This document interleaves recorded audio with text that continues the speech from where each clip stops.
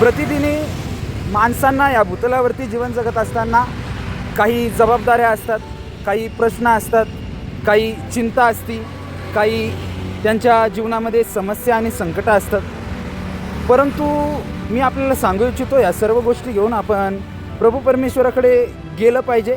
कारण की 2 पेत्र 5 अध्याय 7 वचन सांगतं, तुम्ही त्याच्यावरती आपली सर्व चिंता टाका, कारण की तो तुमची काळजी घेतो. Cast all your anxiety on him because he cares for you.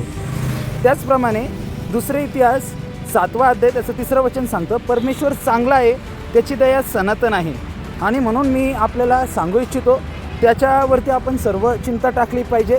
तो चांगला देव आहे, तो दया करणारा देव आहे, सनातन दया करणारा आहे आणि निश्चित अर्थाने तो काळजी घेण्यास समर्थ आहे आणि तो आपली काळजी घेईल. God bless you all.